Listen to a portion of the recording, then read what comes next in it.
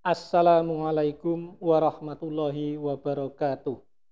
Berjumpa lagi bersama saya Bapak Eko pada mata pelajaran kimia. Kali ini kita akan mempelajari penyetaraan persamaan reaksi redoks. Sebelum pembelajaran dimulai, mari kita awali terlebih dahulu dengan berdoa agar kita diberikan kemudahan dan kelancaran dalam belajar serta mendapatkan kemanfaatan yang sebanyak-banyaknya. Berdoa disilakan. Cukup.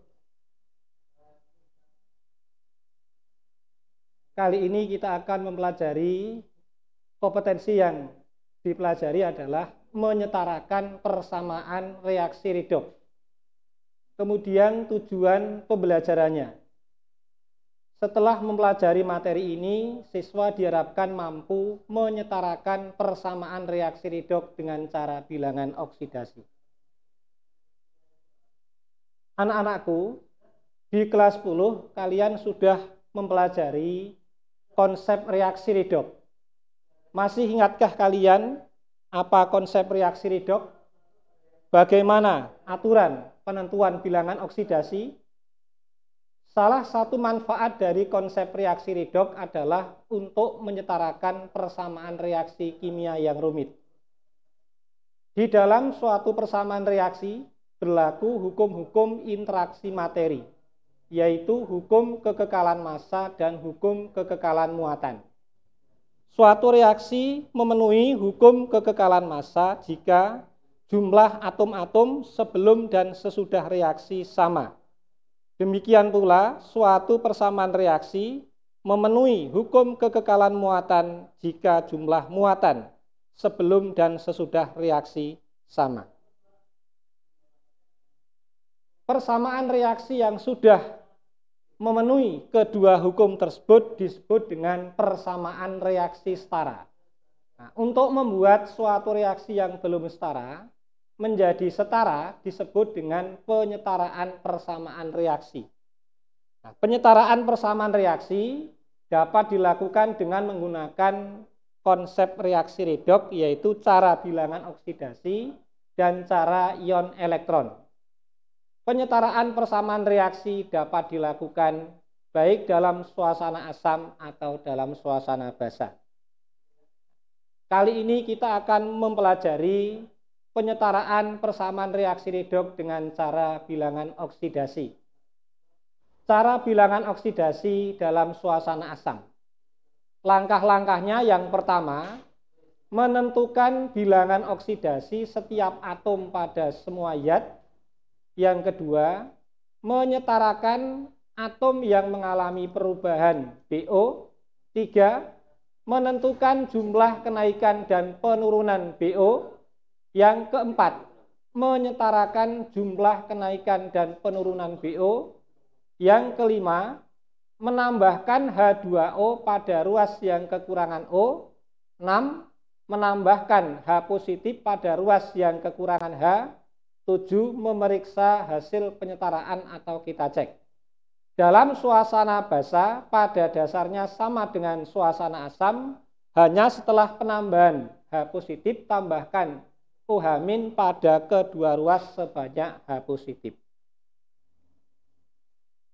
Perhatikan contoh berikut ini. Setarakan persamaan reaksi berikut dengan cara bilangan oksidasi dalam suasana asam. Nah, ini reaksi antara ion MnO4 negatif dengan ion Cl- menghasilkan ion Mn2 positif dan Cl2. Langkah yang pertama, kita menentukan BO masing-masing atom. BOO itu negatif 2, ada 4, sehingga menjadi negatif 8. Negatif 8 ditambah berapa supaya negatif 1? Sehingga bilangan oksidasi Mn adalah positif 7. Kemudian Cl- ini ion monoatom. Bilangan oksidasinya sesuai dengan muatannya yaitu negatif 1.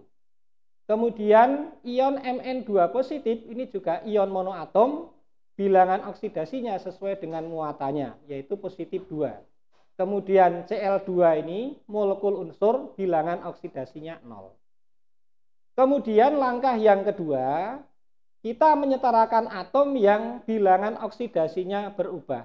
Kalau kita lihat di langkah yang pertama ini, bilangan oksidasi Mn dari positif 7 menjadi positif 2, kemudian Cl dari negatif 1 menjadi 0.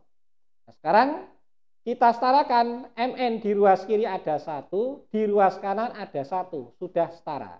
Kemudian Cl di ruas kiri ini ada 1, di ruas kanan ada 2, sehingga yang ruas kiri ini kita kalikan 2, menjadi 2 Cl negatif. Kemudian langkah yang ketiga, kita menentukan kenaikan dan penurunan bilangan oksidasi. Untuk Cl- menjadi Cl2, ini dari negatif 1 dikalikan 2 menjadi negatif 2, kemudian ini 0 dikalikan 2, 0. Berarti perubahannya dari negatif 2 menjadi 0, terjadi kenaikan 2 bilangan oksidasi. Kemudian yang Mn, ini bilangan oksidasinya dari positif 7 menjadi positif 2, sehingga terjadi penurunan bilangan oksidasi 5. Kemudian langkah yang keempat, kita menyetarakan kenaikan dan penurunan bilangan oksidasi dengan cara kenaikan BO kita kalikan dengan turunnya BO, demikian pula penurunan BO kita kalikan dengan naiknya BO. Untuk yang reaksi yang Cl- menjadi Cl2, ini naiknya 2, sehingga ini kita kalikan dengan ini, dengan turunnya 5 ini. Demikian pula yang Mn dari 7 menjadi 2, ini turun 5, kita kalikan dengan naiknya 2 ini. Sehingga untuk yang ini, langkah yang keempat ini, 2, kita kalikan dengan 5. Kita kalikan dengan kenaikannya ini menghasilkan 10. Demikian pula untuk yang Mn ini, Mn 2 dikalikan dengan 1 ini. 1 dikalikan 2, 2, kemudian ini 1 dikalikan 2, 2, sehingga hasil penyetaraannya menjadi 2MnO4 negatif ditambah 10 Cl- menjadi 2Mn2 positif dan Cl2. Kemudian langkah yang kelima, kita tambahkan H2O pada ruas yang kekurangan O. Di ruas kiri, ini jumlah O-nya 4 dikalikan 2, 8. Tadi di ruas kanannya mula-mula belum ada. Sehingga di ruas yang kanan ini kita tambahkan 8 H2O. Kemudian langkah yang keenam, tambahkan H positif pada ruas yang kekurangan H. Tadi mula-mula yang sebelah kanan ini ada 16 atom H, di sebelah kiri baru ada 1, supaya sama. Sehingga yang H positif ini kita kalikan dengan 16. Kemudian langkah yang terakhir, kita cek, kita periksa hasil penyetaraan kita. Langkah yang pertama, kita cek jumlah atomnya. Untuk yang ruas kiri, ini Mn 1 dikalikan 2, 2, ruas kanan 2. Kemudian atom O-nya 4 dikalikan 2, 8, ruas kanan 1 dikalikan 8, 8. Kemudian atom Cl-nya 1 dikalikan 10, 10, yang ruas kanan 2 dikalikan 5, 10. Kemudian untuk yang atom hidrogennya ini 1 kalikan 16, 16, yang kanan 2 dikalikan 8, 16.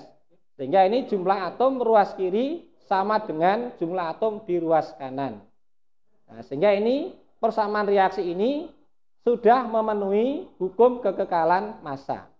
Kemudian yang kedua, kita cek jumlah muatannya.